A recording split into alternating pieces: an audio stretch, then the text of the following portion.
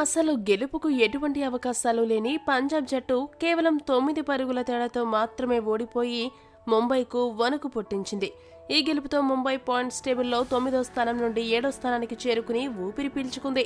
ఇక ఈ మ్యాచ్లో పంజాబ్ బ్యాటర్లు అందరూ ఇలా వచ్చి అలా వెళ్లిపోతుంటే 8వ స్థానంలో వచ్చిన అశుతోష్ మాత్రం వంటి చేత్తో ముంబైని భయపెట్టాడు. పంజాబ్ని దాదాపు గెలిపించేంత పని చేశాడు. కానీ చివర్లో జట్టును గెలిపించలేకపోయాడు.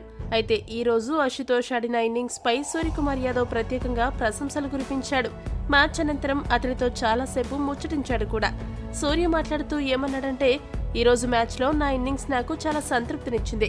అది జట్టు గెలుపుకి సహకరించినందుకు చాలా సంతోషం.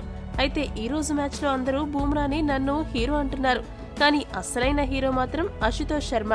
ఈ రోజు అతడు ఆడిన ఇన్నింగ్స్ నిజంగా చాలా మెచ్చుకోదగింది. ఎంతో పట్టుదలతో అతడు 8వ స్థానంలో బ్యాటింగ్కు వచ్చి కూడా చాలా కాన్ఫిడెన్స్ గా షాట్స్ ఆడాడు. ముఖ్యంగా నా తరహాలో 360 డిగ్రీ బ్యాటింగ్ చేయడం చూసి ఆశ్చర్యపోయాను. అతడికి మంచి భవిష్యత్తుంది. ఇదే ప్రదర్శన కనబరిస్తే జాతీయ జట్టులో కూడా స్థానం దక్కించుకుంటాడని అశుతోష్ పై ప్రశంసల వర్షం కురిపించాడు. ఈ వీడియో గనక మీకు నచ్చినట్టయితే లైక్, షేర్, కామెంట్ చేయండి. మరిన్ని స్పోర్ట్స్ అప్డేట్స్ కోసం మా ఛానల్ ను సబ్స్క్రైబ్ చేసుకోండి.